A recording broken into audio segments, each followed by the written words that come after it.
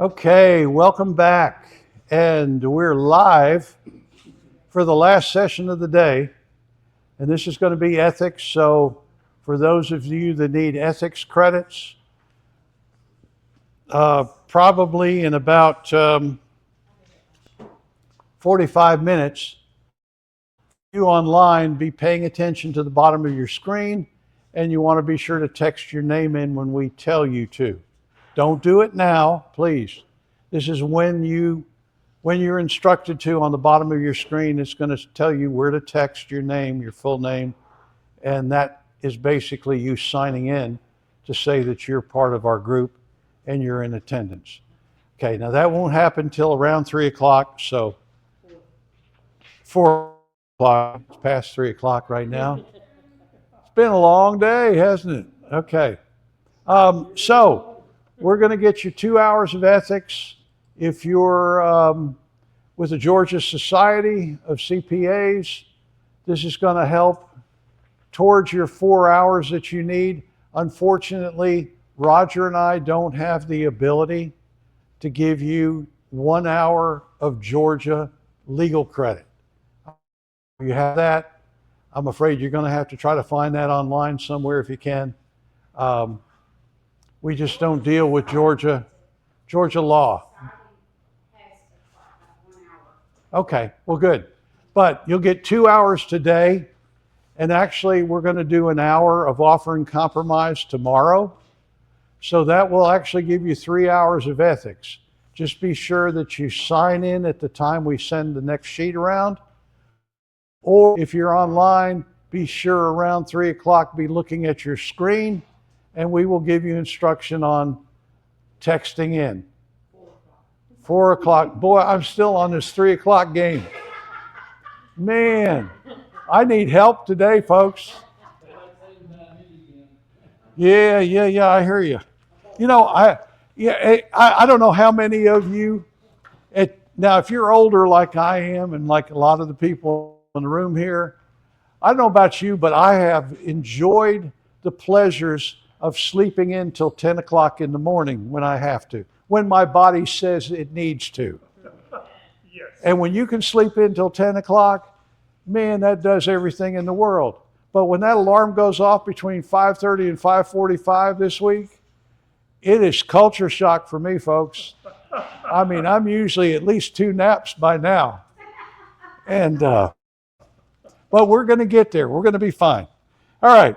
So let's get our thing up on the screen here. Go to the next slide. And, all right, what are we going to talk about today? We're going to talk about how Social Security, Department of Labor, state unemployment, and the IRS wages and small business could find you into oblivion. I know it says bankruptcy, but we'll take it a step beyond there. They can go after you if you misdiagnose a case where a person is by law supposed to be paid on a W-2, and you make the mistake of telling your client, oh, you can pay them on a 1099. Doesn't sound like a big mistake, does it? But these folks are serious about this. They're out here trying to collect Social Security and Medicare money. And the way they do that very easily is to make sure that they put as many people as they can on W-2. Now, if you call up Georgia Department of Labor, if you call up Georgia Unemployment, and you basically tell them, I've got this person and I wondered whether or not I have to pay them on a W-2. What do you think your answer is going to be? I've never heard of them say, oh, you can put them on a 1099. That does not happen, folks. The answer automatically defaults for the Georgia folks, yes, you need a W-2. Why?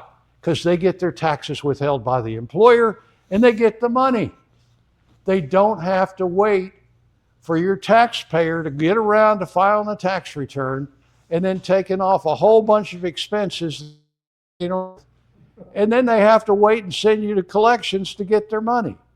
They'd rather get it from the employer. So The one thing about, and let's go back up on the screen, the state unemployment people is that they can actually, excuse me, back up one. Department of Labor, the people, the reps from Department of Labor carry a gold badge. You know what comes with a gold badge in the government? A firearm. Yep. These people are serious. And Roger used to use the story where he was someplace where they were doing a session, and one of the Department of Agent people came up, and as he came up to the stage, he pulled out his pack, his side pack with the gun inside, slammed it on the lectern, and said, "We're Georgia Department of Labor. They're worse than the IRS. And we can tax you for not following the rules." And they can actually get 125% penalty on you deliberately not filing a W-2 when you should have filed, not filing a W-2 and instead filing a 1099. Okay? So be aware, there are certain occupations that require a W-2. One of the big ones that you've heard me talk about before is domestic employees. Ben, what do you mean by domestic employee? Do you have any clients that have a full-time housekeeper or housekeeper that exclusively works for them? If you have anybody that works exclusively for one family and does any kind of domestic work, the answer will always be, you must pay them on a W-2 form. Let me show you what else on the screen here. Social Security can go back. You know, how many of you grew up in the South here back, in the 60s? A lot of families used to have a housekeeper. And that housekeeper was there 5 days a week, most of the time, 4 to 5, cooking, cleaning, doing whatever. And a lot of those housekeepers were with the family for 20, 25, sometimes even 30 years. And after 30 years of service with the family, go in to apply for Social Security, and Social Security would say, "Sorry, we don't show you've ever worked." "Well, I worked for the Jones family over here for 25 years. "Oh, really? What did you do for the Jones family?" "Well, I helped raise the kids. I was changing diapers when the kids were little. I was washing clothes. I was ironing. I was cleaning. I was cooking." "Oh, and you worked for the Jones family how long?" 25 years. Guess what? Now the burden of proof has shifted to the Jones family. And if Social Security comes back and collects back Social Security tax, I'm talking at 15.3%, both halves, collects 15.3% of wages over 25 years and penalty to it, you think the Jones family might have a little bit of a tax issue? And that's just Social Security. That doesn't include Department of Labor, Georgia unemployment. By the time this Jones family gets done, they're going to feel like they've had quite an experience with the U.S. government and the state government. The reason I say this is because we still have clients that have people that regularly come in to house clean. Maybe not like it was back in the 60s, 70s, but they have people that are exclusively there for them 3 times a week. Or they're caregivers. They're caregivers. Or if they've got a big home, I don't have any clients that have big homes, but I've heard of some that have gardeners. And the gardeners live in the apartment above the garage. Well, if you got somebody that lives there permanently and you work for the family, guess what? You better be paying them on a W-2 form.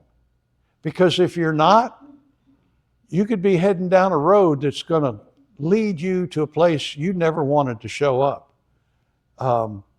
So I share this information because, first of all, it's overlooked.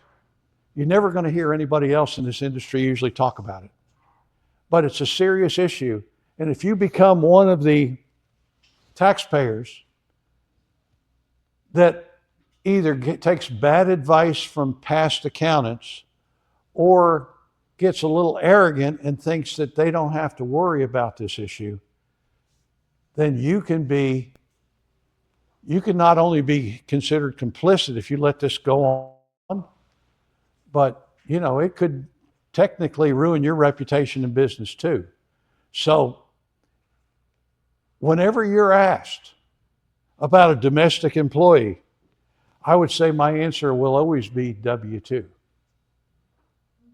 Because the law actually says if you have a domestic employee, they will be paid. Not they might or they can, or maybe you could give them a W-2. No, it says they will be paid on a W-2. The amount now has changed to, I think you saw a few minutes ago, I think it's up to $2,700. This goes back into the other session. If somebody wants to go back and look at that, domestic employees, I think domestic employees are up to $2,700 now. Let's see, where are we? Okay, so, no, I don't have it here. So, gifting strategy. We're also going to talk about gifting strategies between married couples. We're going to talk about recent changes in Circular 230. We'll be picking up traps and defensive strategies to help you under due diligence. We'll talk about protective disclosures and statements that you can use. That should be one of your attachments here. And then we'll get into group case studies. Okay, so next. So, how do you protect yourself from all this piling on? Well, like I said, Georgia DOL can hit you with a 125% penalty. That does not include interest. IRS can hit you for a 100% penalty on any unpaid taxes, including payroll taxes. Social Security can assess back, all the way back to whenever this domestic employee or caregiver started working for the taxpayer. And again, you see here, probably the most common, even though it's very rare in today's world, we're going to have a taxpayer that has a full-time domestic employee. They may have a part-time one. And if they have exclusivity with that employee, then they ought to be on W-2s. But the most common, I think, how many of you have situations where a family brings in a caregiver? For their parents, for health reasons. Yeah. Okay. Now, we'll get into this tomorrow on what you need to do with a caregiver. You need to have a letter from the doctor that says that this particular patient needs to have standby assistance. And that's really all you have to have. You don't have to go beyond that. But if the doctor recommends a caregiver for standby assistance, then that meets the qualifications, because that means this person can no longer be unattended. So if they're living in their own home, the chance of them catching the kitchen on fire, catching anything. And you've heard me use a story before with the client I had that daughters checked in on him all during the week, Monday through Friday. And on the weekend, he was there by himself. Well, on Friday night, he was getting up off the toilet. He'd just gotten out of the shower. He was on the toilet. His feet were wet. He slipped and got wedged between the toilet and the wall. And that's where he stayed till Monday when one of his daughters came to check on him. That's why they want standby assistance. That the patient has gotten to the point that they can't live by themselves anymore because of the risk to their own health or their own safety. So, okay, next slide. So, we're going to jump from here for a minute. Now that I've given you all the scare tactics, we'll back off for a little bit. Okay, let's talk about gifting strategies between couples. Okay, routinely, and you've heard me say this before, especially for you folks online that you're watching. This may be new to you, but let me just throw this back out, that there is no limit on the amount of gifts between spouses. Now, we talked earlier about you gifting other relatives or friends or family members or neighbors or people at the church. You can gift up to $19,000 a year without getting into your lifetime bank, which requires you to file Form 709 on gift tax. But when you're dealing with the spouses, and this is any marital situation, will not include domestic employees or domestic partners. So there's actually been a marriage performed for a couple. They can give money back and forth to each other with no limit. Now, you've probably heard this example, maybe for you folks that have heard me 27 times with this example, just bear one more time for the people online. But Roger helped me on this one way back early in 2001, a situation where I had a terminally ill gentleman, and his wife was the favorite niece and grandchild for a big family up in northwest Georgia.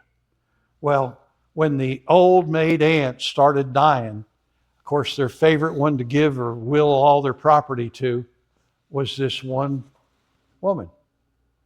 And she acquired a tremendous amount of acreage in the area which is now I-75. Well, she had a lot of property on both sides of 75, I-75, up around the Calhoun area. Okay, Adairsville, Calhoun, just to give you a directional area. And we figured out, Roger and I conservatively figured out, that she probably had somewhere around $12 million in appreciation on this property, even from taking stepped up basis. Because she'd been sitting on some of this property for 25, 30 years, well back before I-75 came through, which made it valuable. That's what really shot up the value on this property. So Roger said, you know what? If he can live for 1 year, we could have her transfer all of her property, unlimited gifting, into his name. And if that's in his name for 1 year and 1 day, then it stands. And when it comes back to her, it'll be laundered and clean and no tax will be due. Well, guess what? He lived for 1 year and 2 days. He knew he had to stay alive or she would have killed him. No, but he knew what he was doing. And he managed to live for 1 year and 2 days. Had one extra day for just for good measure. And really all that property came back to her with stepped up basis. And we had a big victory at that point, because you talk about saving some serious money.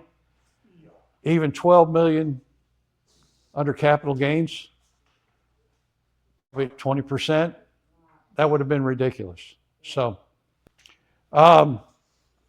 okay, but that's a story that Roger and I go way back together on. He really helped out big on that one. So this is where unlimited gifting can play an important part. If you've got one of the partners that is facing some kind of a terminal disease, and you know there's a limited life expectancy, and that particular partner has considerable equity built up in stocks, real estate, collectibles, whatever they happen to have a big stash of money on, this is the time that they want to move that money over to the spouse that has the terminal disease.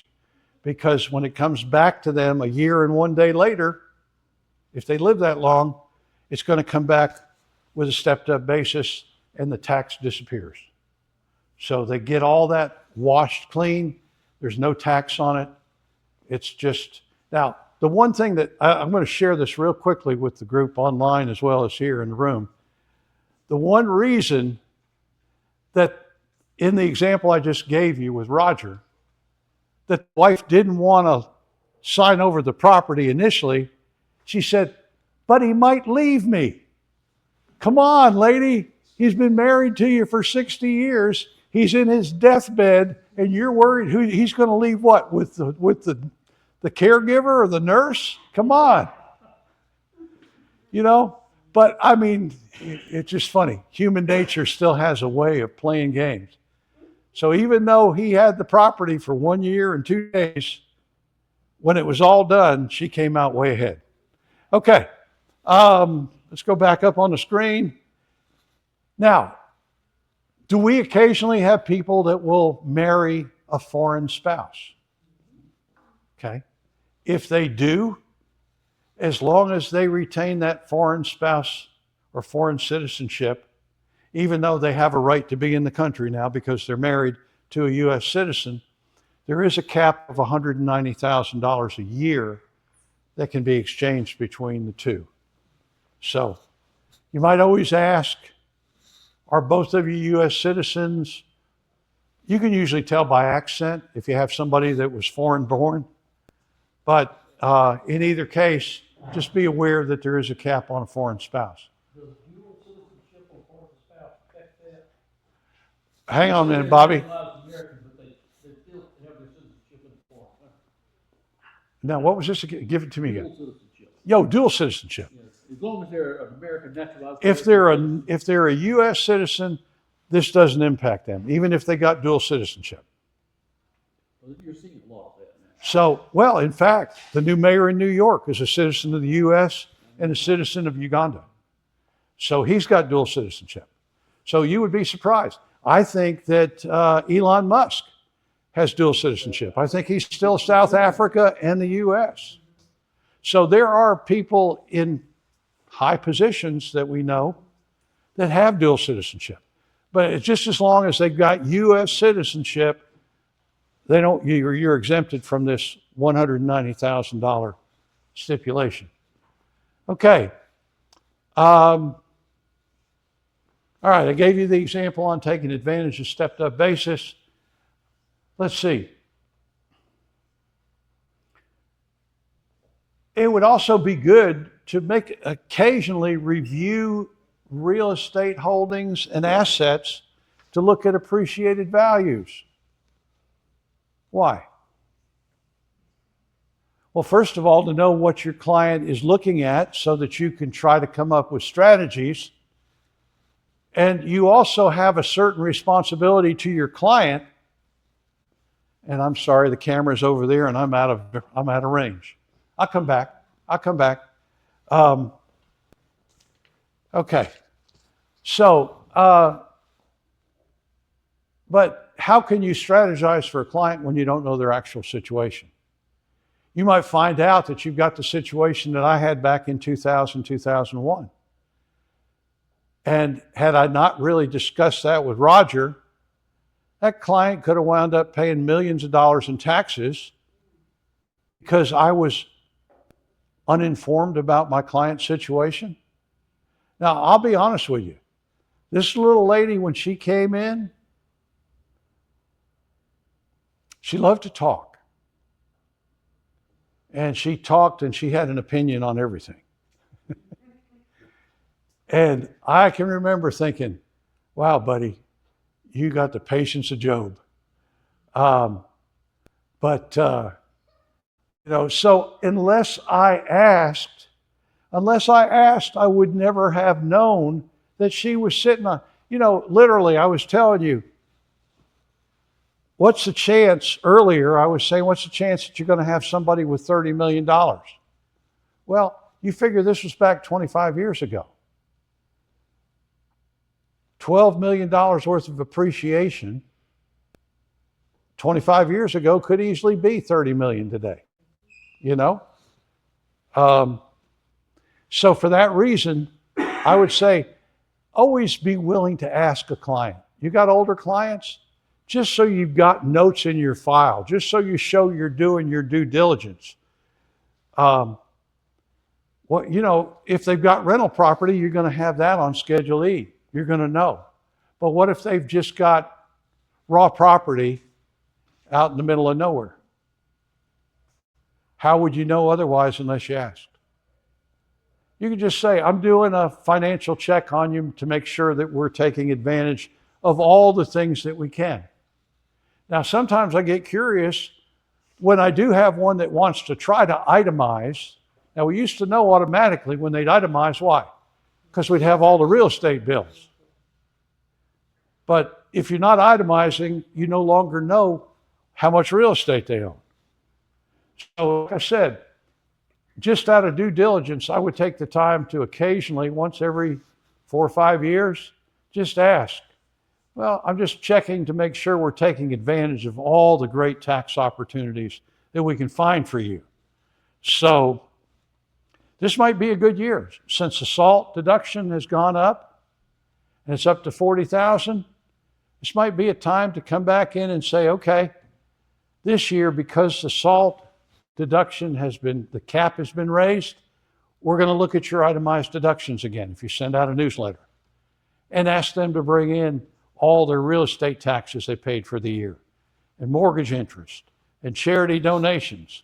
And if you had excessive medical bills or medical insurance that you paid, bring all that information in. If you got long-term care, if you got medical parking and medical mileage, don't leave that behind.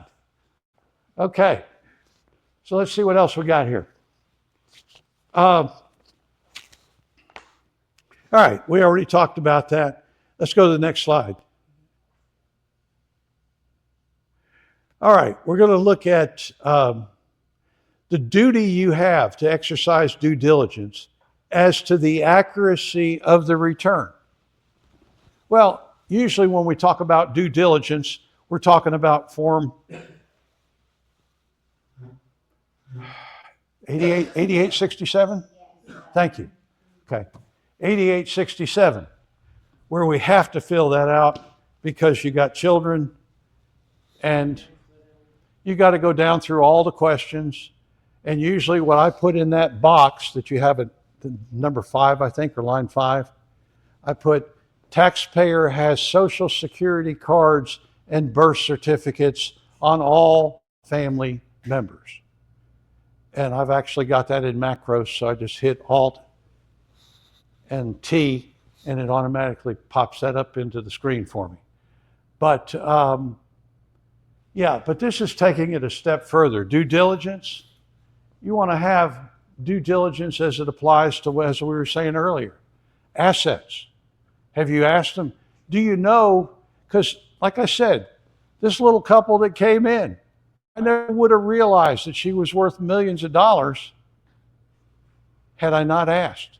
And when we started talking about his terminal illness, that got me to thinking. Because, believe it or not, a lot of what you hear from Roger and a lot of what you might hear from me, it sticks in the back of your mind. And you have somebody come in and you're going, wait a minute, there's something here that I should be paying attention on.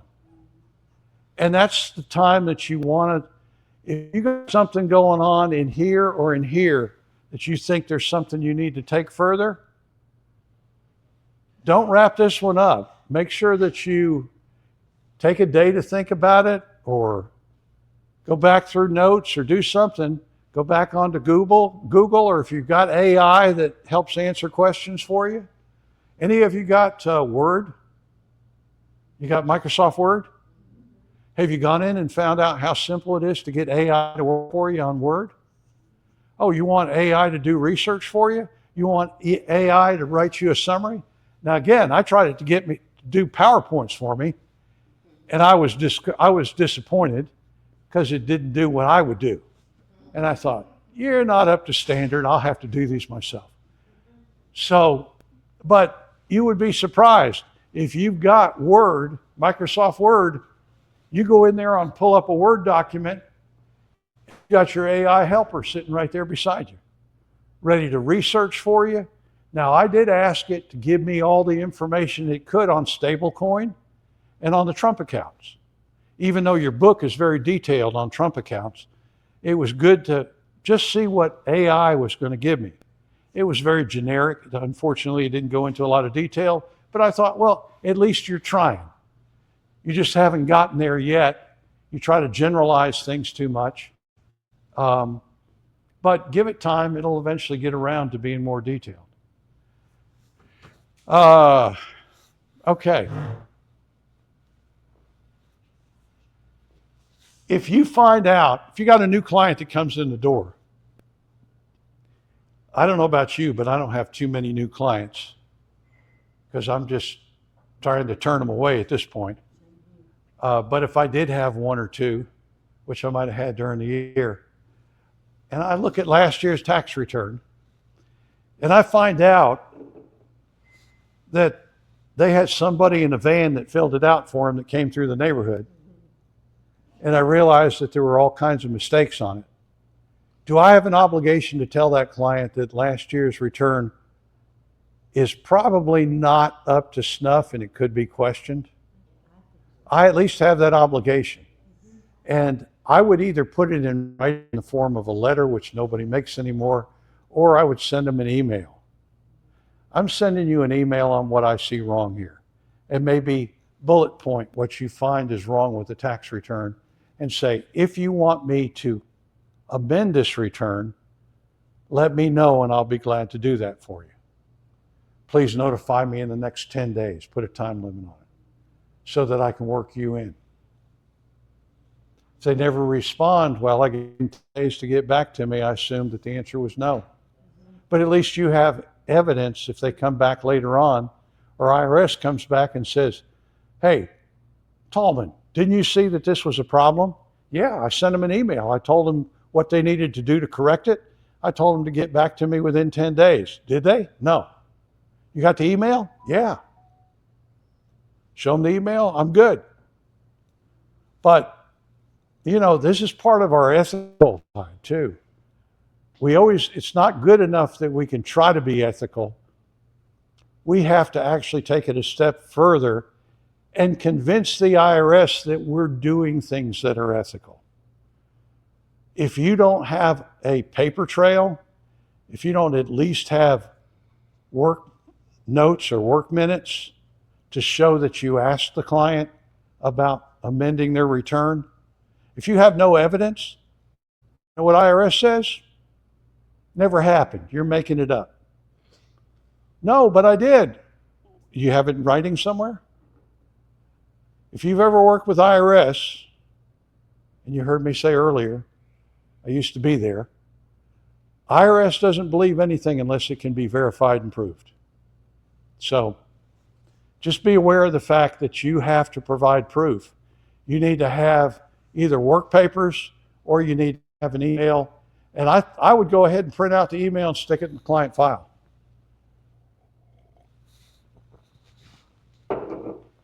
Okay.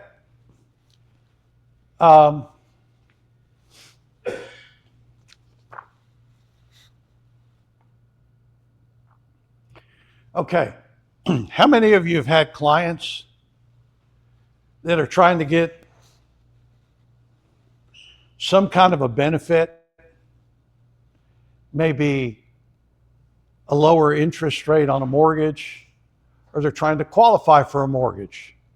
Ben, I want to redo my tax return. You do? Why? What's wrong with it?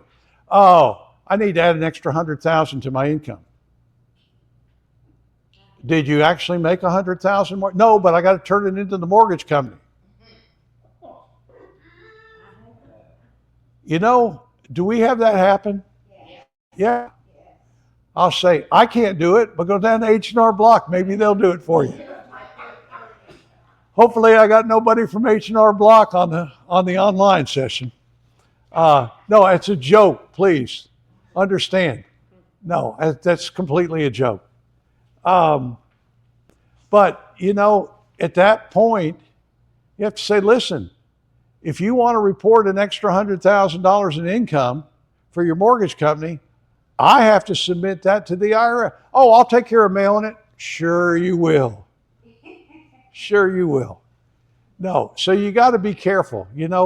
Even though it may sound like it's innocent, you've got to be careful that you don't do anything that's frivolous or you don't do anything that's unlawful. Well, I had a client who wanted to reduce the expenses to show that she made more. And that's the same game. Exactly, and I'm like. Same hymnal, different page. For the wrong Yeah. thing. You can go somewhere else. So again, don't let yourself get sucked into this, because especially if you're new out there, you want to please your customers. I understand that.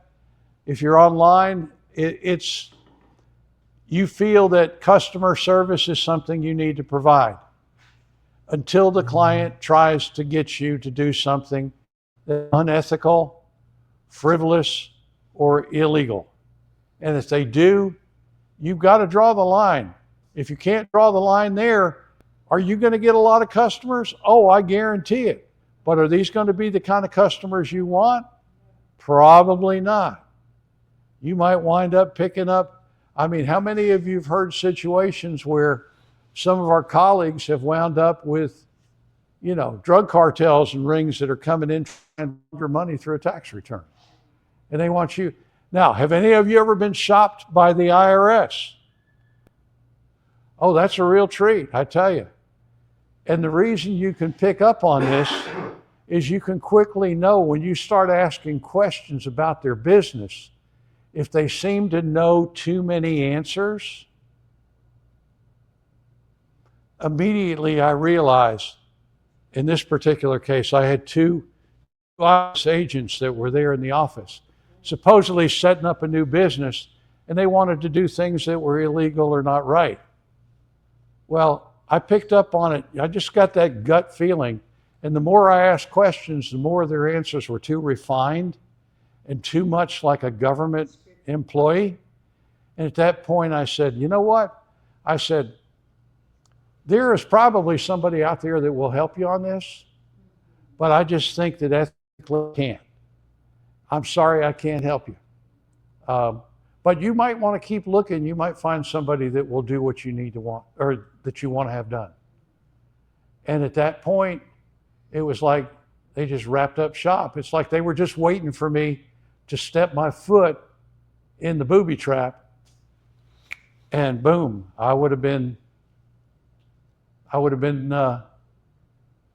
probably out of business and not talking to you today. So just be aware that occasionally IRS does send shoppers out. Now, under current conditions, is that likely? Not for a while. But could it happen at some point down the road? Absolutely. Absolutely. The whole idea you're in here for ethics right now. Okay, next slide. Okay, under Circular 230, more specifically Section 10.22.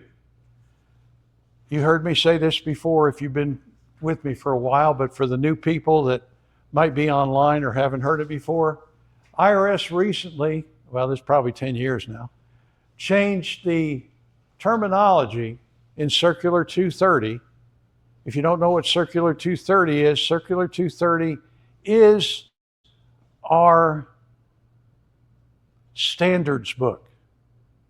It's the thing that tells us how we are to function as enrolled agents and CPAs with the IRS and the Treasury Department.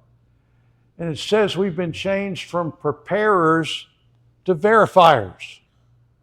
Well, is there a difference between somebody that just prepares a tax return and somebody that verifies a tax return? Yeah. So what this means is you need to be sure before you drop figures down that the source that that came from is reliable, that you have some way of verifying it. Now, does it mean you're supposed to audit the client's return? No. But you can't just take a client, and we've all had clients like this. All right, what's the cost of your mileage? 8,300 miles. What are the cost of your expenses? All the answers were written on my ceiling, I guess. I didn't realize I had all the answers up there. But, you know, when you have a client that doesn't have anything in writing, maybe that's not a client you want to hold on to. Where everything's even, or 10% more than last year. Yep. That's my favorite. Yeah. Oh, yeah. It's just 10% more than last year, Ben. Tallman does that. So, Tallman does that, can't we? so we got to watch out.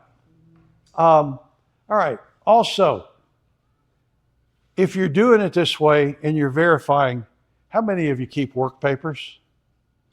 If you don't, let me just strongly recommend on every client I have that comes in, I write their name and the year at the top, and I have a set of work papers for that client. And usually I have the perfect size sheet of paper because when they have estimated payments or they have to make a physical payment, which that's another issue we'll talk about, not right now, I go ahead and print out something that fits a windowed envelope and I crease it and tear off the bottom 2/3, and that becomes my scrap paper for the next client that comes in. Whether you use a fresh sheet, whether you're using a lined notebook, whatever you use it, whatever you use to keep work papers, please consider picking up work papers. It's the only thing that protects you if IRS ever challenges you with a specific client. If you don't have work papers, you're basically hanging yourself up to dry unless you want to televise or record every session you have with every client. And that would be sort of work intensive. And where would you store all those tapes? But you see where I'm coming from. So, keep work papers. And you need to ask some questions and document the taxpayer's answers. You can't see the word answers, it's actually on the blue down there. But questions that I would ask just in general. Have any foreign bank accounts last year? Did you buy or sell any cryptocurrency last year? Did you serve on jury duty last year? Now, I know a lot of people say, come on, Ben, jury duty? I tell you what, that one question has changed 2 audits that I went through dramatically. When the auditor found out that I had listed jury duty pay, they thought, who is this guy? You ask for jury duty pay? Every client. Really? Changed the whole nature of the audits. Whole nature of the audits when they found out that I had asked about jury duty pay. Did you sell any stocks, bonds, or property last year? Did you withdraw any money from an IRA, a pension plan, a retirement plan, or annuity? Did you win any sweepstakes prizes or have any gambling winnings? You know, I mean, I have just sort of a whole list that just comes out of my head. You've been asking those same questions for 30 years. They're just sort of automatic. They just sort of spill off. But, you know, ask the client questions and then show their answers. Usually I'll have like 7 questions that I ask. If they give me no, I'll say no to all 7 questions. And that's my, you know, well, no, that's not all of it, but that's going to cover a lot. And then, you know, just look at the documents that you're given. If a document seems to be taking you in a different direction, wow, I noticed you got all this property down in Florida. You have any rentals? Oh, we just do Airbnb. Well, you know, you didn't report. Oh, no, Ben, we don't report that. Now do I have an ethical dilemma? Okay, well, we got one of two ways we can go here. Either you can take this rental worksheet that shows income and expense, fill it out, and you'll come back to me, or you can have all your papers back, and I will give you recommendations for other accountants if you want to go there. But I said, I can't complete your tax return knowing right now that you had income that you want me to be complicit with you on and not report. I said, I can't do that. They usually have a way of coming around. They may not like it. Ben, that's just mean. No, that's my livelihood. Well, your name's on it. Yeah, that's my livelihood. So, okay. There we go. Jan will put it up at the bottom. Okay, so for you folks that are out there online, it is time for you to text your name, your full name, in on the phone number that's coming across the bottom of the screen. Okay. Conflict of interest. How many of us have situations where we have a couple we've had for years, and all of a sudden they've decided to go their separate ways? And they get a divorce, and they both want to continue to come to you. Can you do that? Well, only, and a big only here, if you feel you can continue to do their tax returns separately without being adverse to one or the other. If you feel you can achieve that, then in your package, this is a separate package from your ethics PowerPoints, there's probably about 4 pages there of documents. In those documents, there's going to be a conflict of interest statement. Now, you can utilize that. Again, since I am prohibited from actually giving you legal advice without telling you to talk to your own legal expert. Now, that may be an attorney, or it may be someone that knows the law very well. But I'm supposed to tell you, go ahead, have it checked out before you actually put it into practice. Okay? It's one of these disclaimer things. It keeps me safe, it keeps Roger safe. Okay, but look in your package here that you've got. Right on the front, it says Code Section 7216. Just slip on down, second page, conflict of interest statement. And then third page, you actually have the conflict of interest that goes into page 14 with signature lines. Okay? So, if you're going to maintain or keep both of them, definitely get a conflict of interest signed, make 3 copies. Each of you sign each of the 3 copies, and everybody gets an original. Okay? Now, I'm using a divorced couple. What about business partners that can't make it together anymore? That could be a conflict of interest. What about neighbors in the neighborhood that used to be best friends and now they're worst enemies? That could be a conflict of interest. What about somebody that you're doing the partnership return and one of the partners wants you to also do their personal return? That could be a conflict of interest unless you get a statement signed by the partner getting the partnership return prepared as well as the individual partner. So just be aware, conflict of interest doesn't just limit itself to a married couple. It could be anything where you had people that were partners or had a partnership interest and now they don't. So be aware. Now, if I don't think that I can prepare both returns without being adverse to one or the other, let's say they still jointly own a home, let's say they still share the kids 50-50, that could be a little difficult unless there's something in the divorce decree that specifically states, you know, taxpayer A is going to get to deduct on even years and taxpayer B gets them on the odd years. Taxpayer A gets the mortgage on the odd years, taxpayer B gets the mortgage on the even years.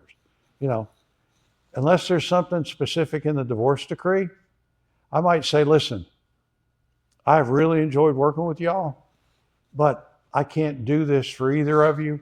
I will find each of you another accountant. And then I go to the NAEA.org site, have them put in their zip code and pull up every EA and CPA. Well, some CPAs are registered in the EA, but I'm sure the Georgia Society has the same kind of website. You can look up people. But we try to find them somebody else to do their tax return. Why? Because too much likelihood, whenever you have a domestic situation where a couple divorces, there's kids involved, there's property involved, and there's always financial situations involved. I don't want to be on the wrong side of a gun when somebody gets mad and they're looking for somebody to take it out on. Ben, you let her do that on my year. You let her take the kids, and the divorce decree said I get them on the odd years. You know, just too dangerous in today's world. So rather than take the chance to have that happen, I'm going to ask them both to go somewhere else. Say, listen, this is just routine. I'll help you find somebody else to do your taxes. It's just since I know you both, and I would be in conflict with one or the other, I just don't feel I can do that fairly, and ask that you respect my decision. Go from there. Okay.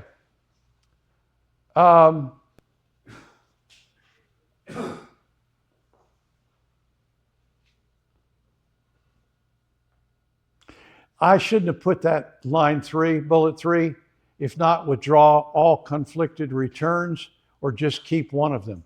I need to probably take that off. I've had a change of heart since then with today's world. Sure don't want to have one of the spouses mad at me or accuse me of ruining everything after the divorce. I don't want to become a target. So I would probably drop that last part of line 3 or the third bullet off of there. And this does fall under code section 10.29. Okay, next screen, Jam. So in your packet, you've got conflict of interest statement. You got a Form 706 release statement. Why would you have that? Well, because I had a client who had just gotten her husband had passed away. I didn't do anything prior.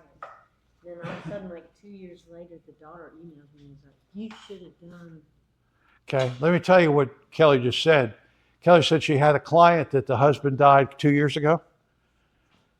And all of a sudden, the daughter calls and wanted to know why Kelly didn't do much. Why didn't you go ahead and file DSUE and transfer the rest of that or the remaining part of the annual credit or the lifetime credit back to the surviving spouse. Yeah, this is the kind of thing that can catch up with you. If you got a family, and this is why it's important to know when somebody dies, to at least find out how much money that family is worth, because it's going to determine at that point whether you file the 706 and ask for DSUE. DSUE? Yeah.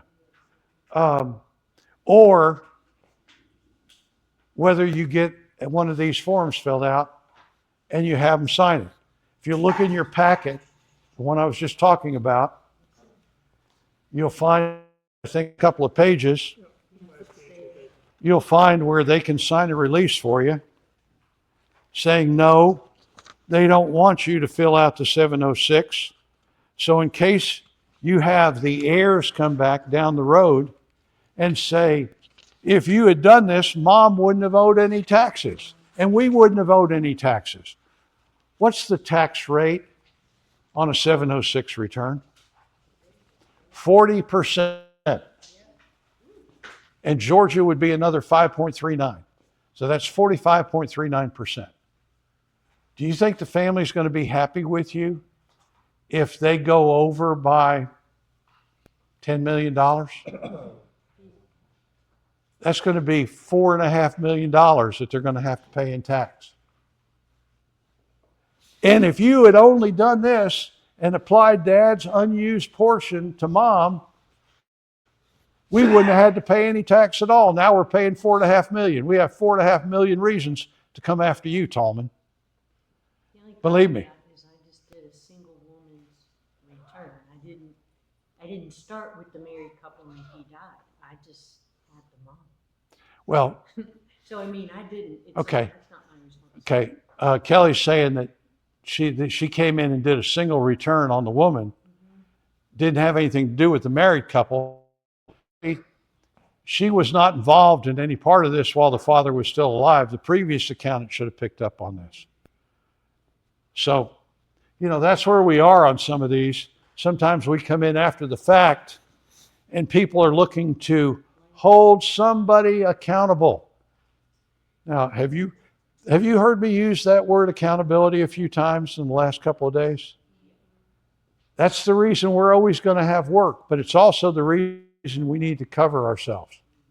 Got to have work papers, got to do things the right way so that you don't get entangled in a family's battle after somebody dies. I'm sure we've all been involved with estates where family members get just hostile to each other. I've seen some battles that I thought, whoa, I better distance this thing. It's going to get hot. Okay, let's go back to the slides. So, 706 release statement. You got one there if you need it. Representation engagement letter. If you're going to represent someone and you're going to get a 2848 power of attorney, sorry, I'm moving on you, Jam, and you're getting a power of attorney signed, I would also consider doing a representation letter or memo of understanding or something. It doesn't actually have to be a contract, but I would line out the conditions. I'm agreeing to represent you on this particular issue. Not on everything that you've got going on in your life, but on this particular issue. So you want to be specific because you'll probably be naming a price that you're doing this for. I'm going to charge you $1,500 to do this. Now, if you need to go to tax court, we're going to have to bring in a tax attorney to help with this. I cannot take you to tax court, but I can represent you up to the point of dealing with the IRS special attorneys. Okay? So you can speak as a CPA and an EA. You have the authority with the power of attorney to talk to any of the IRS chief counsel attorneys. It's just you can't take it to the next level, which is tax court. So, that being said, you might want to have a representation letter identifying what you're actually doing for them. And so they understand that you can't take them beyond discussing this case with chief counsel. You can't file, okay, I don't want to use the word can't. There are special conditions that would allow you to file a tax court petition, but that would be a situation where, as their power of attorney, on the client's device, laptop, iPad, whatever, you are assisting them in filling out their tax court petition. And you can't charge them for that time. Okay? That's the only condition that you can help them fill out a tax court petition. First of all, you're not charging them. Secondly, you're already their power of attorney. Thirdly, you're completing the application on their device, not yours, on their device. Under those conditions, yes, you can, but you can't charge for it, so it's not going to be in your letter of understanding.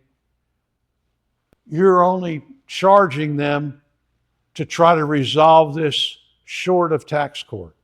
So you probably want to put something, if this case needs to go to tax court, you'll need to obtain legal representation. All right? Okay, back up on the screen. And 7216 disclosure. What is that? That's the first page on your packet. 7216 disclosure is, hey Ben, I want you to send a copy of my tax return to my financial planner. Can I do that? If I have a 7216 filled out and signed by the taxpayer, yeah, sure I can. Is there a way around that? Sure. Hey, taxpayer, I'll send you a copy and you can do anything you want to with it. That's the way you get around all that. But if they insist that it comes from you, I can't do that until you sign the 7216 disclosure for me, allowing me to share your tax information with the mortgage company or with whoever needs it, your bank or your stockbroker or whoever you want to have it. Okay. Confidentiality notice. You know, so that's a little thing that it's also included in your packet. That's the little verbiage that I always put at the bottom of my emails. What does it say? It basically says, if you receive this in error, this is confidential information. Please write me back telling me that I sent it to the wrong email and then destroy my email. Okay? So you're saying, hey, if you got this thing by mistake, I'm telling you right now, you don't have the authority to look at it. You need to tell me that I sent it to the wrong place and then destroy the document. But if you don't do that, it could come back on you. Yeah, Ben, you sent it out to a whole bunch. If any of you had people that have maybe similar names in your database, and you're typing up and you think you got it going to the right one, and you found out that somebody that shouldn't have gotten it, that's the little confidentiality statement that saves your bacon. Okay, next slide. What do we got? All right, representation before the IRS. Again, unlimited representation rights before the IRS. Do you see anything that says before the tax court?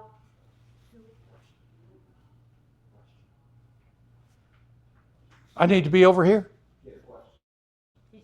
Oh, question.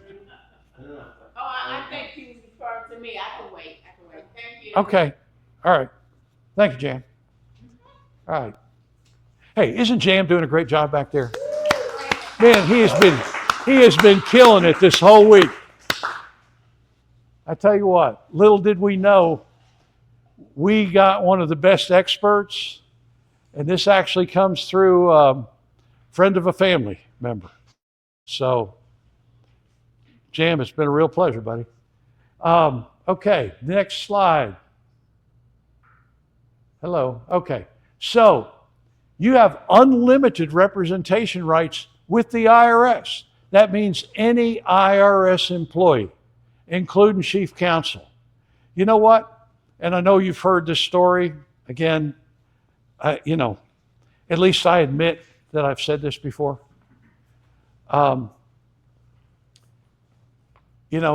The first few times, this is going way back, first few times I went in as an enrolled agent to the IRS, I went in dressed with a suit. Back then I would have worn a tie. And when I got to chief counsel's office, I thought, well, I'm just little stuff for them. Boy, they showed me such respect. I was blown away. Mr. Tallman, come on in our conference room. Would you like some coffee or a bottle of water? I'm going, wait a minute, am I in the right place here? What I didn't realize is as an EA or as a CPA, they have tremendous respect because you have to understand, they may know all about the law, but we're not discussing the legal issues and practice and procedures. We're talking about tax regulations and tax code. They know we probably have information and knowledge superior to what they got. The reason why, if they're a younger attorney, they spent their whole time studying to pass the bar exam. Oh, they can give you practice and procedures and legal ethics and all these things. But when it comes to tax stuff, they've had to learn it on the fly. So they know somebody that could blow them out of the water when it comes to tax regulations, tax code, tax law. Unless they spent time somewhere else in their life in this arena. So I was shocked at the respect. And I was also shocked at how I could start quoting tax code. And boy, they're over there scribbling because they're going to have to look it up. This is back before we had all this stuff on Google and everything. And they're scribbling down everything I'm telling them. Why? Because they're going to have to go back and check it out. And, you know, folks, never be intimidated to go down to the IRS, especially the chief counsel, and to represent your clients before any of those attorneys down there. Because chances are you know more than they do. Your knowledge. So it's one of those good David versus Goliath stories. But if you're an enrolled agent, a CPA, or an attorney, you can get unlimited representation rights before the IRS. Again, you got to have your 2848 on file with the IRS. All of you know you have to fax that over to Memphis, unless you have the special privilege of being registered with the IRS, your client being registered with the IRS, and actually doing a power of attorney online and getting your client to confirm it. That way, you no longer have to send a signed form by fax over to Memphis. Okay. There's also upload tool. Yeah, upload tool, same thing. So you can use the upload tool also. Okay. All right. Recently revised. Oh, yeah. The 2848 was recently revised December 26, 24. Okay. Next slide. All right. Circular 234-33. All right.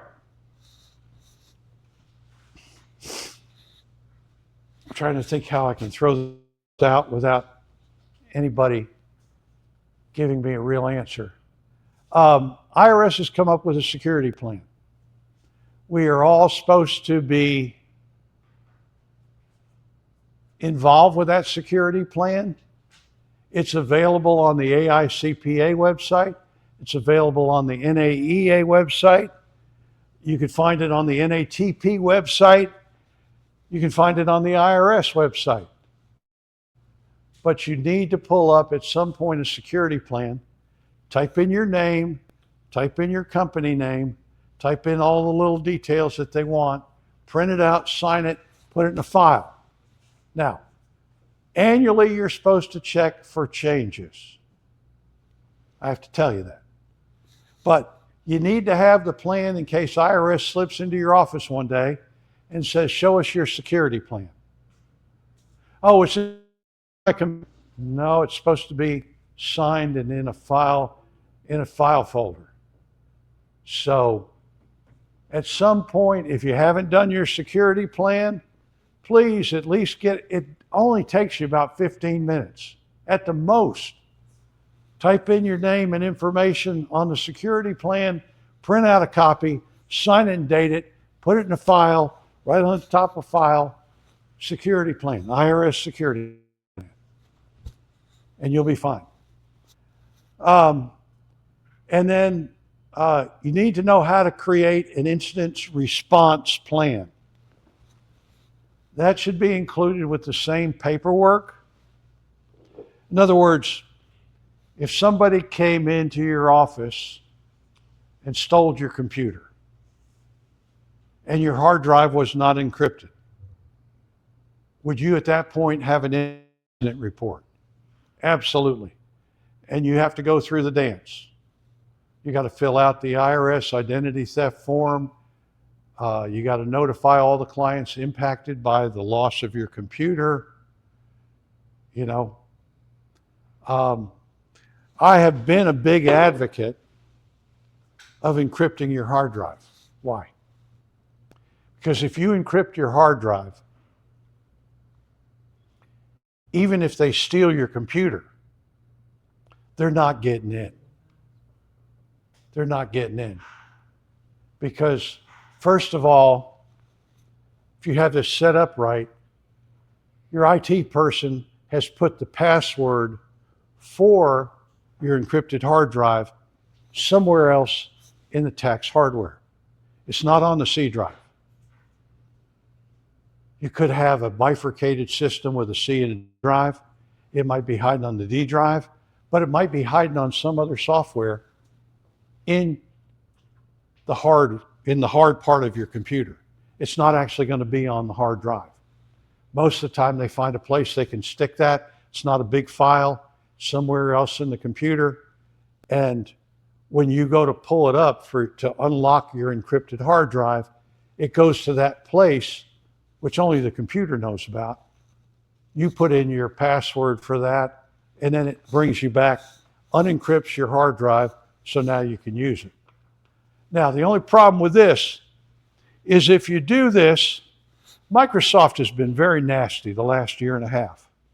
They've caused me a lot of problems. They have turned around on a big update and come back and told me to please key in my 48-digit number for my BitLocker password or passcode. I call my IT guy, I say, where is that number? Well, Ben, I would have given it to you on a flash drive. I've been through every flash drive in my office and in my home, and none of them have a 48-digit number. They've done this to me twice. Now, the good thing is I've had some backup, but I was getting ready on October the 15th to back up everything, and guess when they sent me the Microsoft update for BitLocker? I didn't know it was for BitLocker. I just thought it was a Microsoft update. They sent it to me in the middle of the day on the 15th. So the last few remaining souls that I was supposed to send in, it's been interesting. Let's just put it that way. So, encrypted hard drive, but hold on to your 48-digit number. Believe me. Burn me once, shame on you. Burn me twice, shame on me. And I allowed it to happen a second time. And, so in the future, I will always have this printed out and in a safe place where I know where it is. So when it asks for my 48-digit code, I can key it in. Otherwise, BitLocker's, no, we think you're a criminal. We're not letting you in. You can't get into this. Hey, Ben, I got a question to ask. Yeah, Robin. If the guy put it on thumb drive, and thumb drive has to be inserted into the laptop you're trying to get in, No. how do No. you get it off? No, I have to go to a separate computer and pull it up. Okay. I was gonna say, man. No. I have to pull it up under. We got other computers around the house, laptops. We got, got other devices that we can get into. It's just frustrating because my tax computer is on its own separate dedicated line with an Ethernet connection. It's not Wi-Fi. I have two separate IP providers coming into my home. One is for my software, my tax software. The other is for Wi-Fi and general use. So, when they come in and they talk about ransoming my Wi-Fi system, go ahead. I'll just unplug this laptop that it's connected to, throw it away and buy another laptop. You can ransom all you want to. All you're doing is you're shutting down my Wi-Fi system, which does have emails on it. Anything critical I delete after I print it. But it's always good to have a second system, one that has registered under my company name with Wi-Fi, so that when the criminals want to come in and get it, they can have it. It's a laptop, but they're not getting any tax information. That's on the closed system over here that they don't know anything about. And the closed system, like I said, is not under the Wi-Fi. It's got an Ethernet cable directly to the modem. The modem password's been changed, so it's not the manufacturer's password. So there's a lot of things you have to do to set up a secure system. Mine was just too secure for my own good. Look, you secure your key. He locked you out. Yeah, lock me out. Ben, I don't know who you are. I'm not letting you in here. Written data security plans are available online for free. So like I said, you need to have one of these things in a place that you can put it in a file, you've signed it, you've acknowledged it, you put in your key information, and you're good to go. Okay, next screen. Duty to confidentiality. Again, I think I'm preaching to the choir here, especially to the people online. You got to realize all this information, you do everything you can to keep it confidential. Prevent any unauthorized disclosure, prevent unauthorized access to info, monitor all data breaches, and provide notice of a breach under 10.33 if you have such a breach. Like I said, the only way you're going to have a breach is if you're on Wi-Fi, you have outsiders that can get access to it, and your security doesn't build a strong enough firewall to keep the outsiders away. That's why, like I said, having a closed system pretty well eliminates 98, 99% of the threat, because most threats come in off of Wi-Fi. And my tax software and computer is not on Wi-Fi. It's on we call it on a hardwire right to the modem. Okay, next slide. All right, in lieu of a pending disaster. All right, do we have that kind of problem? Well, people in North Carolina didn't think they had it about 1.5 years ago. Imagine, whoever would have thought that kind of damage could be done from something 500 miles away? Probably further than 500 miles, but somewhere in that area. But if we know that something's heading our way, have we had hurricanes come in here and mess with Atlanta? Sure. We've lost trees, we've lost all kinds of things. Yep. Have we had tornadoes? How many of you remember about 30 years ago, the Easter tornado that we had? Came through Dunwoody and Gwinnett County, ripped up houses. I remember we worked on my brother-in-law's front yard for 3 days just to get back to where we could see the house back there. I mean, it was, you never know. But you need to evaluate the reliability of your data storage. The last thing that people up in North Carolina were probably worried about, they were thinking, do we have enough food? Do we have enough batteries that we can wait this out? They didn't know it was going to be a lot worse than what it was. They didn't know they were going to lose houses going down the river. So try to have some kind of a system. You know, it might be something as simple. How many of you have safe deposit boxes? Nobody. 1 or 2. Okay. All right. Well, have some place that you can store. If you have a thumb drive, have some place that is out and away from everything else. If you go down in your basement and you've got sheetrock over part of it and you got a hole over here and your hand can go way back. I'm just saying, find a place that you can hide your thumb drive with vital storage information. Don't leave it in one of your drawers. Don't leave it in your sock drawer. Find some place that's safe and that most people won't think of. One thing I love to talk about is you just have to remember this all the time. We used to hide vital things like this in the bottom of a Kleenex box. Just don't accidentally throw away the Kleenex box without looking in the bottom when you pull the last Kleenex out. So if you're doing this automatically, it's hiding right out in plain sight. Who would ever think that a flash drive would be in the bottom of a Kleenex box? Find something that's hiding right out in plain sight. I think some of the cool things are, they now have things that are like cans with a screw top that looks like it's a regular can of Campbell's soup. You unscrew the bottom, it's all empty inside. Store stuff up in there, screw it back in, put it in, hide it in with the other soup cans. You know, there's all kinds of places you can hide stuff out in plain sight that people don't think about. I had one of my tax clients, just a quick interesting thing here.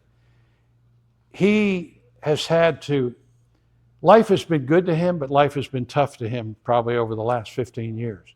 He used to sell cell phones back when they first became popular in the 90s.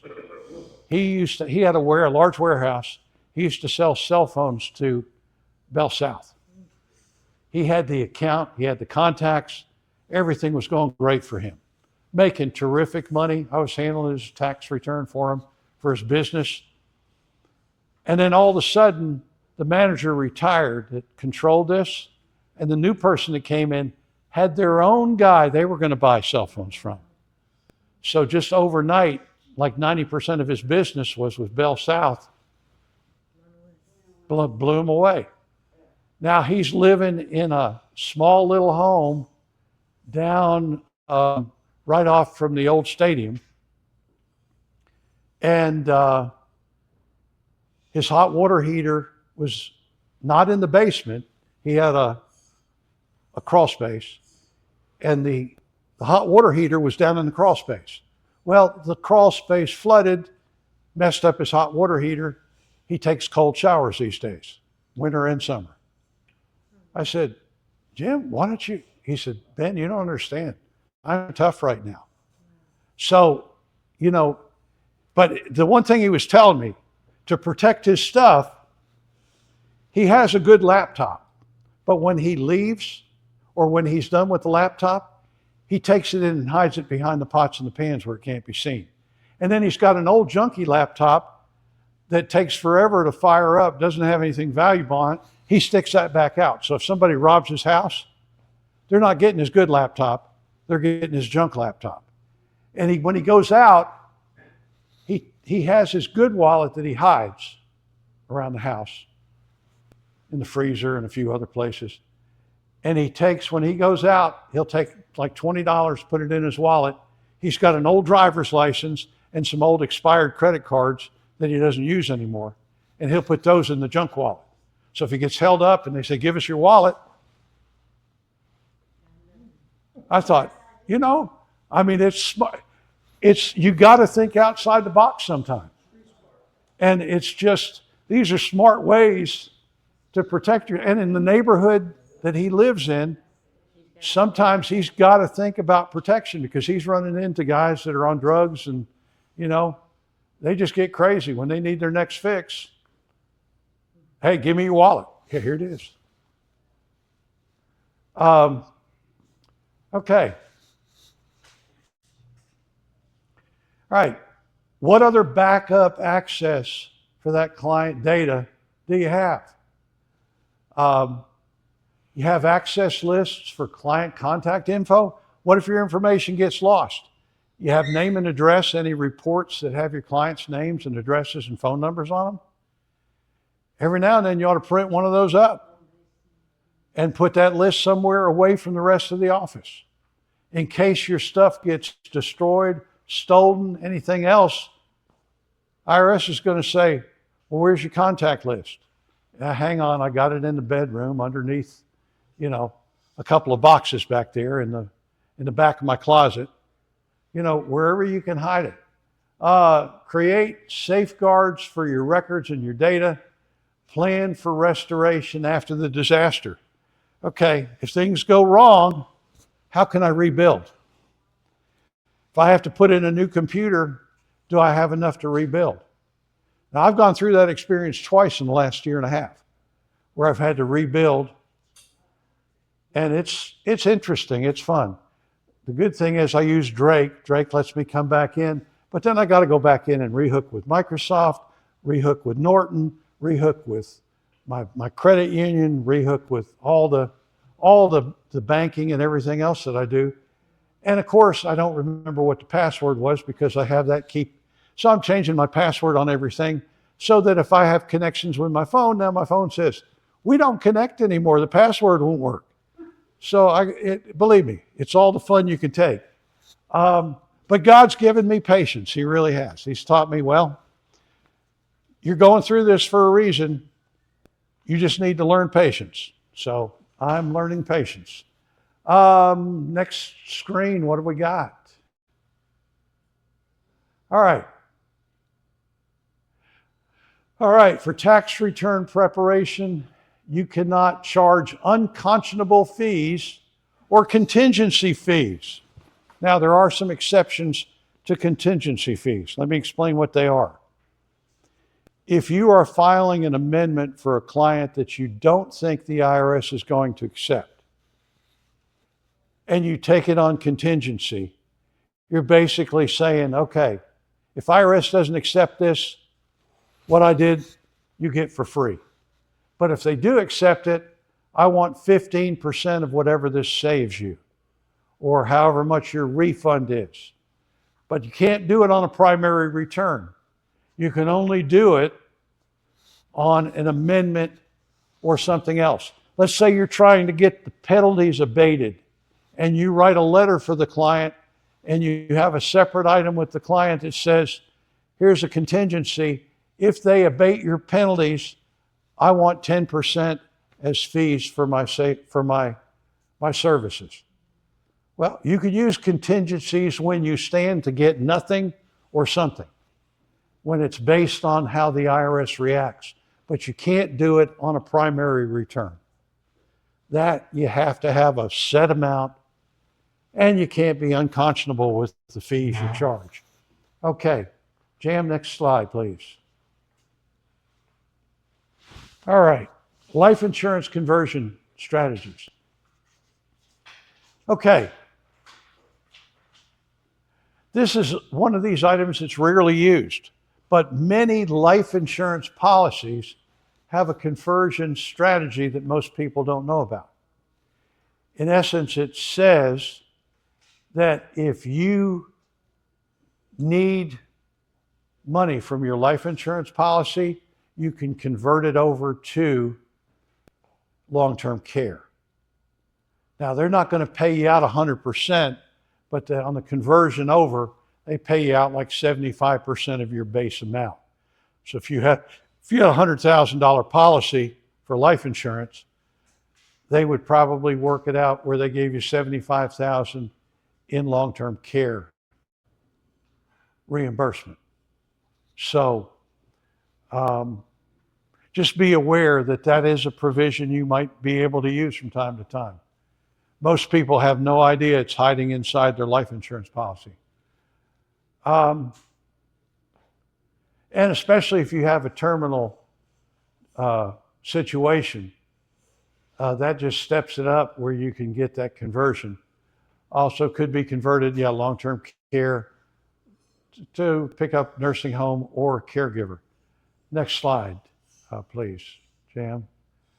Net loss tax return strategy.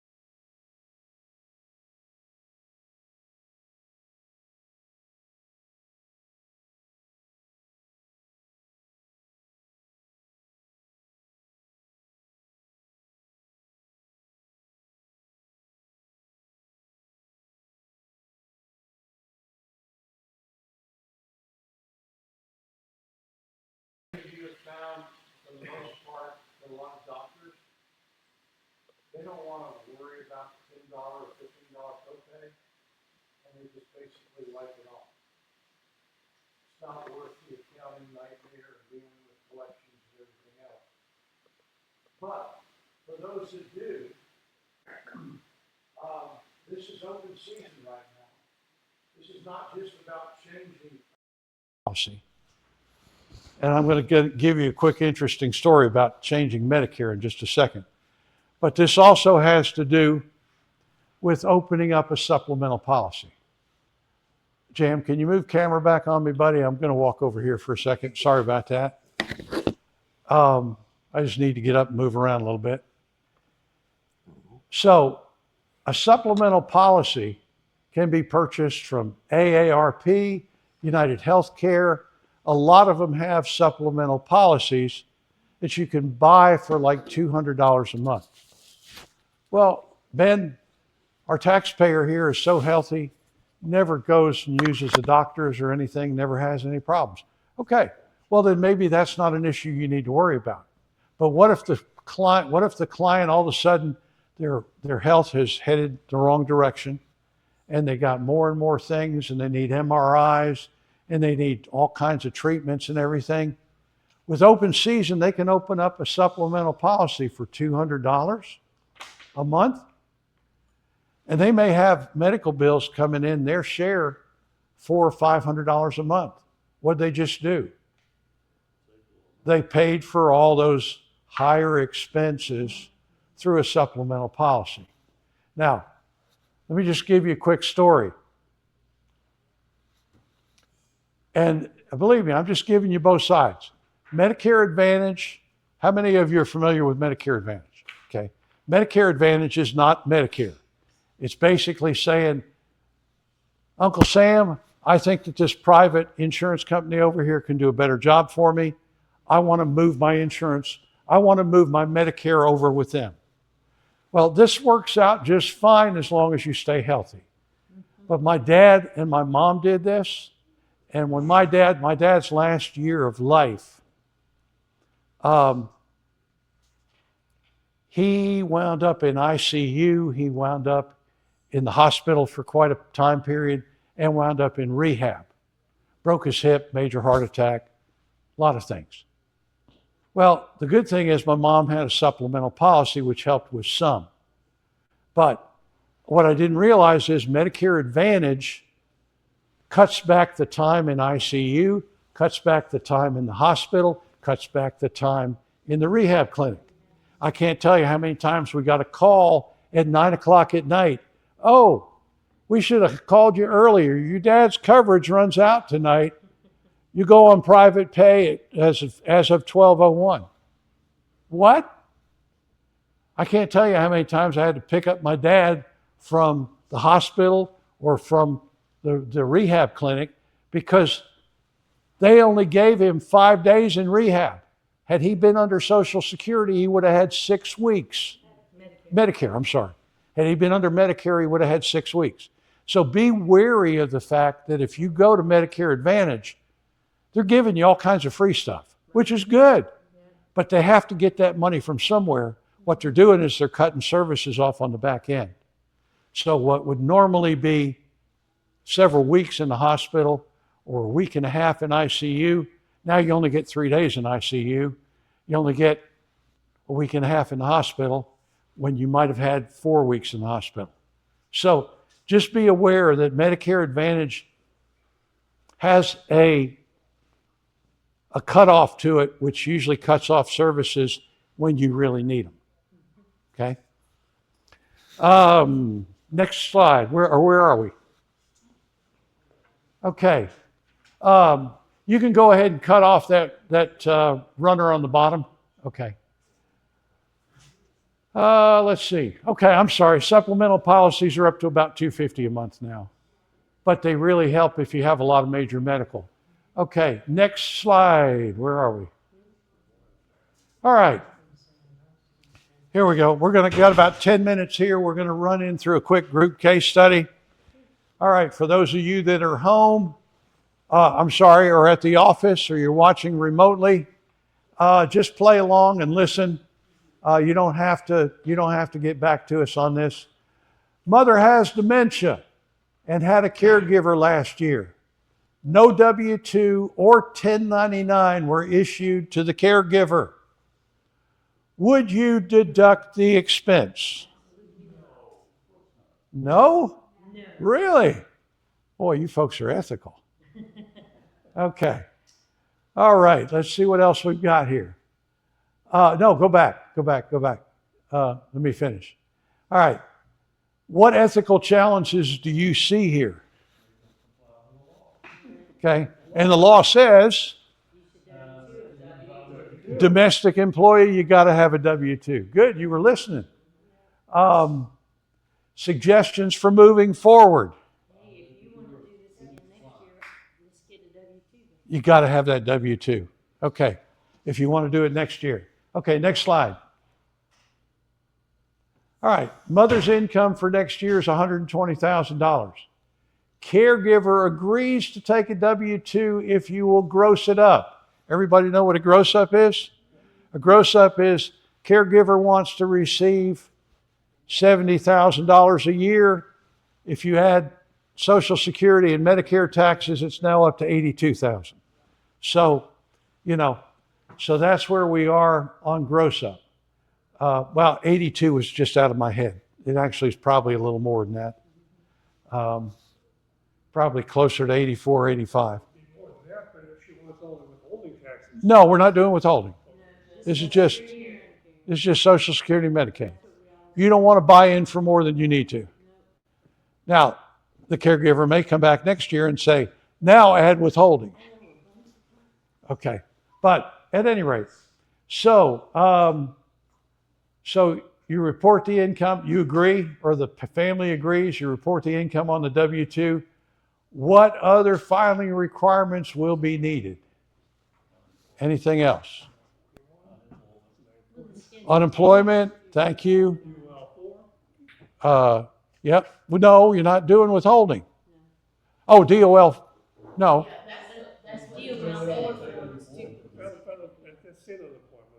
State unemployment. Okay, yeah, DOL 4. Okay. All right. Any other ethical challenges? Well, remember you're going to use a Schedule H. You're going to use a Schedule H for household employee. So you're not going to have to do the 940 or the 941. Well, I guess we do the 940, don't we? No, you don't. No, you don't. You're on Schedule H.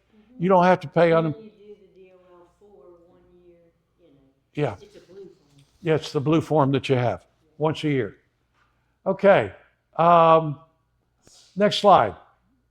Okay, thank you.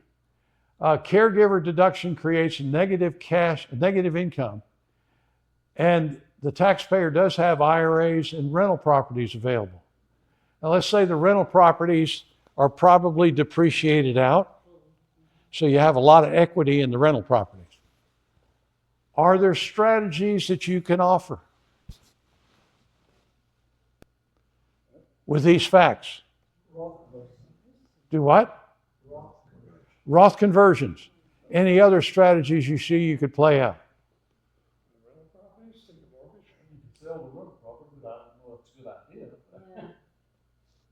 Well, it's out there. You got rental properties. You could play several different kinds of strategies just to keep your mind open. I'm not saying that would be the best. I think IRA conversions are going to be first. But what if you get all the money from the IRA converted over to Roths? Then you got rental properties, and you need to be thinking about some of the things you can do with that. And like you said, as Roger was saying, you can borrow money without any tax on the rentals. But yeah, but if you got an NOL, why would you want to take? Yeah, there's a way you might be able to sell off one or two of these, or do an installment sale. There you go. You see, it's just the idea that we keep thinking. We're constantly, like Roger's encouraging everybody, constantly thinking about what else can we use or what else can we do to help get the maximum back for this taxpayer. Okay.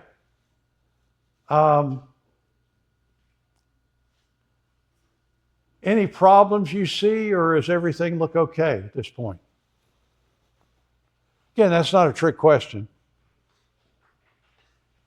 I think we've thought through this.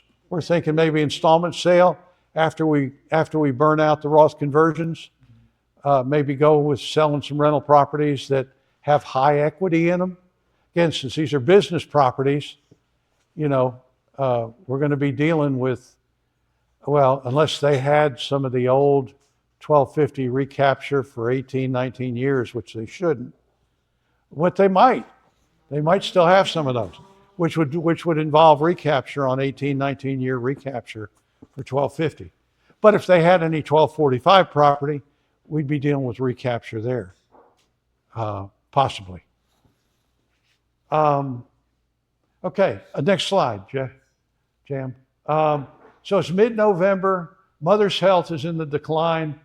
Medicare coverage Part B is what she's got. She's going to have a lot of upcoming medical expense. Since we're in mid-November, are we in mid-November right now? Getting close, aren't we?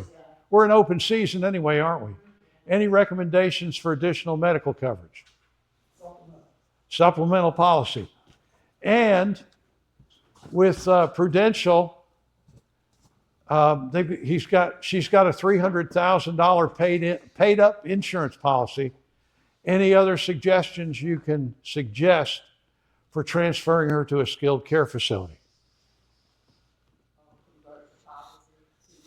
Yeah, and actually with Prudential is one of the life insurance policies that's known for their conversion to long-term care. So yeah, definitely consider converting the life insurance policy back over to long-term care. Okay, questions? There's a question on that. Would it be better to just borrow against the life insurance if it's a whole policy? But a $300,000 policy, if you had a whole policy, of course you could. But what if it was a term policy? If term policy, you don't have this, there's nothing there. But if it's a whole life, you'd be better off just borrowing against it? Of course, if you got a whole life. Yeah. Instead of the converting? You have to look at life expectancy. I'd say before you start borrowing. Yeah. Look at the life expectancy and how long the policy is Yeah. going to last. You would be surprised these days. They got a lot of firms out there that are willing to buy your life insurance policy. But believe me, they're cleaning up on it. So if you negotiated that with the life insurance policy, you might get them to, especially if there was a terminal situation or a short life expectancy for mom, then you might be able to work something out with the life insurance policy that maybe you could borrow something, but you'd have to give something back in return. If the life insurance policy was coming out ahead, they'd probably work some kind of a deal. But You get more than the cash surrender value for less than the face. yeah, yeah. But if it was a Prudential policy, Prudential is well known for having that conversion factor in on their life insurance policies. They convert back over to long-term care. So, okay. Well, I'm showing we're right at about 5 o'clock, so we will see you tomorrow. We don't start class till 8:20, but we are going to open again at 7:30. Registration, which is no longer needed. We have a sign-in sheet over here. Good, and that's for our ethics. So I'm going to mark that ethics.